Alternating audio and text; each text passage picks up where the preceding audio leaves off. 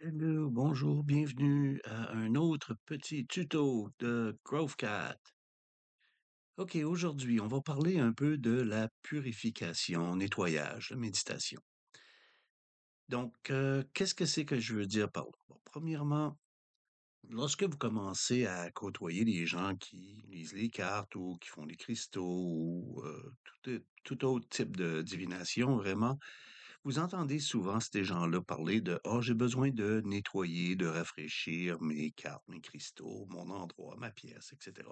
Bon, n'ayez pas peur, il y a personne d'eux autres qui vous disent que vous devez commencer à dépoussiérer ou à faire des corvées. Non, non, non, ça n'a rien à voir. Tout ce que c'est que ça signifie vraiment, c'est que on doit trouver un moyen d'éliminer les énergies qui sont déséquilibrées, qui se trouvent dans, bon, peu importe qu'est-ce que c'est que qu'on parle, si on parle de la personne, des cartes ou des cristaux. Donc, c'est juste enlever les énergies qui sont déséquilibrées, rééquilibrer ces énergies-là. OK? Il existe différentes méthodes pour arriver à ces fins-là. Et je vais les énumérer ici. Il y en a 4, 5 différents. Et c'est ce que je vais commencer maintenant à vous parler. Donc, le nettoyage, le premier, c'est le nettoyage à l'eau. Bon, tout le monde connaît que l'eau, c'est un puissant élément nettoyant et ça peut éliminer les énergies négatives qui sont dans vos cristaux et autres.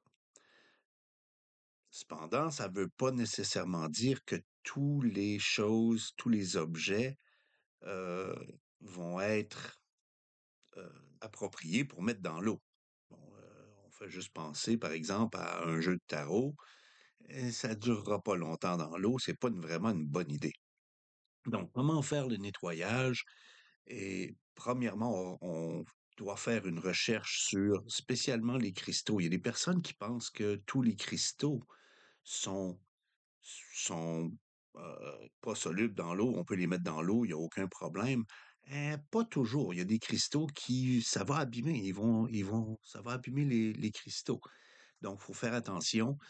Faites une recherche là-dessus à savoir si votre cristal, par exemple, si c'est ce que vous prenez, bon, j'oublie l'idée des tarots et des oracles, etc.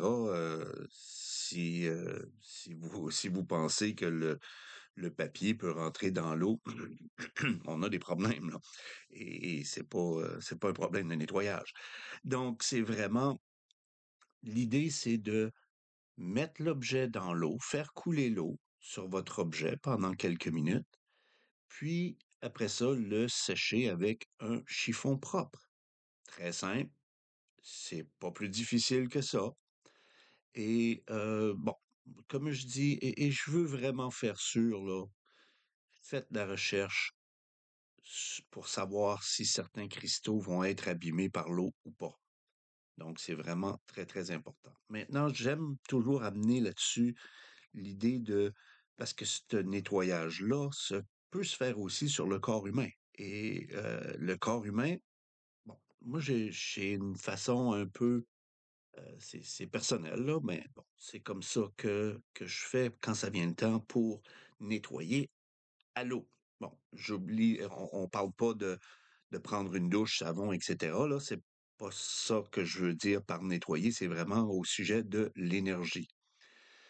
Donc, vous pouvez rentrer dans votre douche et une fois que l'eau commence à couler, vous passez la main au-dessus de la tête et vous pensez, ou vous pouvez le dire, je coupe l'énergie nocive ou je coupe l'énergie négative. Vous pouvez, un ou l'autre, c'est bon. Et vous faites ça 3 fois en répétant 3 fois la même chose. Puis vous laissez couler l'eau, OK? Et vous visualisez que ça lave l'énergie et vous pouvez passer votre main sur les bras, les jambes, comme pour vraiment faire sortir cette mauvaise énergie-là. Et vous l'imaginez, la mauvaise énergie, descendre dans les égouts et partir. Par la suite, vous continuez et vous dites, ou vous pensez, c'est la même chose, je remplis mon corps de bonne énergie pure et de lumière pure. Visualisez votre corps se rafraîchir, se nettoyer avec l'eau pure et la lumière pure. Bon, c'est pas nécessaire de faire ça à chaque fois que vous faites une lecture ou à chaque fois que vous faites une méditation ou des choses comme ça. C'est pas nécessaire de faire ça tout le temps, mais vous pouvez quand même le faire à chaque fois que vous prenez une douche. Et là, je parle avec savon, etc., là. Si vous prenez une douche à un moment donné, vous pouvez faire ça aussi à ce moment-là et vous allez définitivement, je crois, noter une bonne différence dans votre niveau d'énergie. Le deuxième, le deuxième ou la deuxième façon, c'est le nettoyage au sel. Et oui, le sel est connu pour ses propriétés purifiantes, peut être aussi un moyen de nettoyer vos cristaux et autres. Mais c'est la même chose que l'eau. Ça veut pas dire que les cristaux ou les objets peuvent pas être abîmés par le sel. Donc, faites sûr de vérifier que, bon, surtout les cristaux,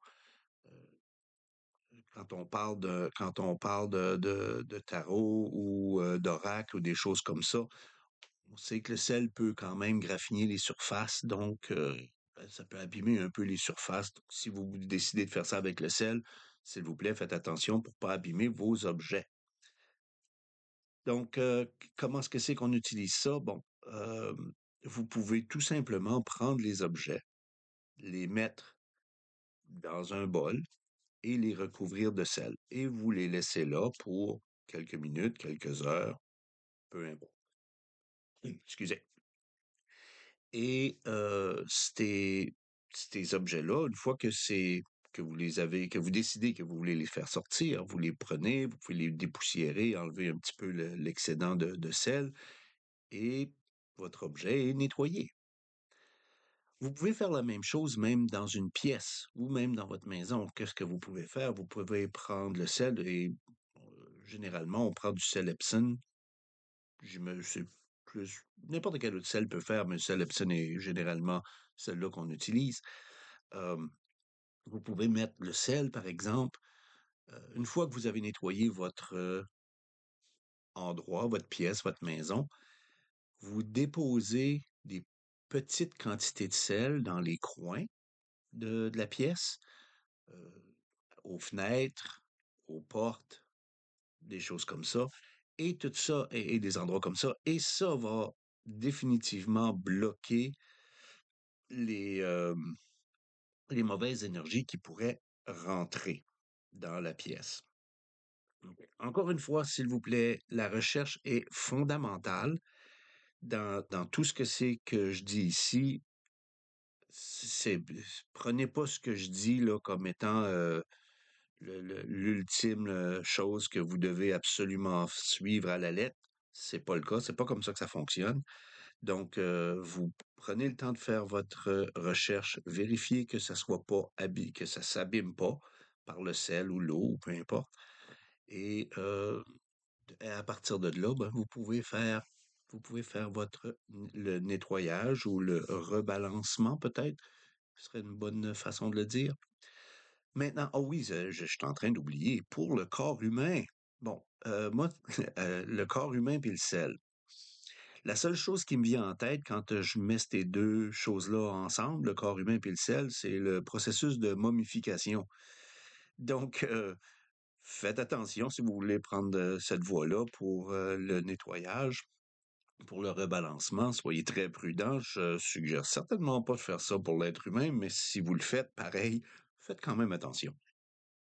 Euh, je n'ai pas l'intention de me retrouver avec les personnes qui suivent mon petit channel ici et se retrouvent tout asséchés dans leur baignoire plein de sel. OK.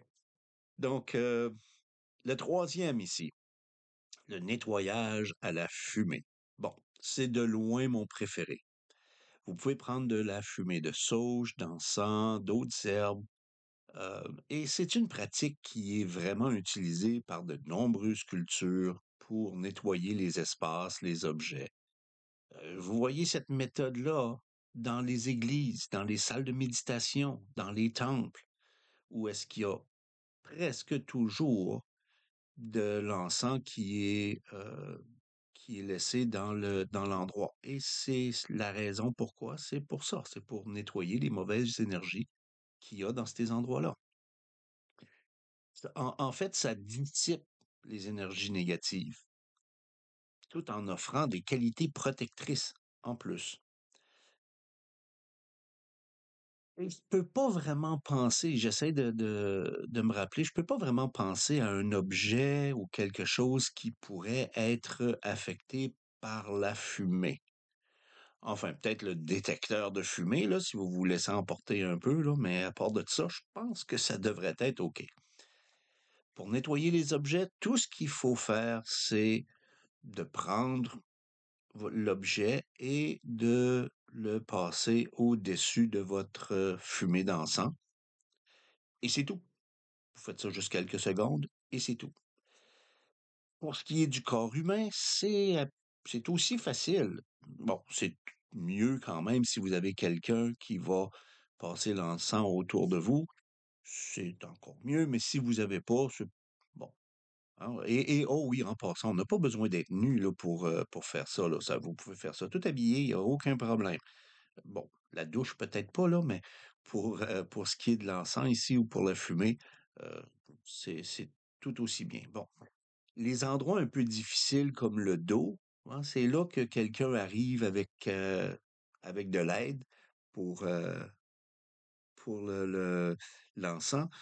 Mais encore une fois, juste d'être dans une pièce qui a relativement un peu d'encens, c'est peut-être le mieux à faire aussi, là. Comme ça, c'est bon. C'est tout aussi bon, quoi.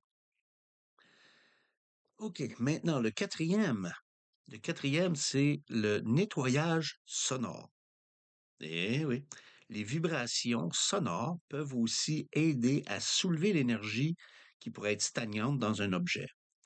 Bon, on parle des bols chantants tibétains, les diapasons même, des chants incantatoires peuvent aussi définitivement nettoyer votre objet, la pièce, comme pour le corps humain par exemple, le simple fait d'être dans la même pièce que le son de nettoyage, ça va faire tout aussi bien, c'est tout aussi efficace. OK, et ça me mène au dernier, la méditation. La méditation, c'est, je crois, le meilleur moyen pour, et même, je pourrais peut-être même dire exclusif aux humains, parce que je pense pas que les pierres peuvent méditer, mais bon, d'être avec eux autres peuvent aider, mais à part de ça, bon.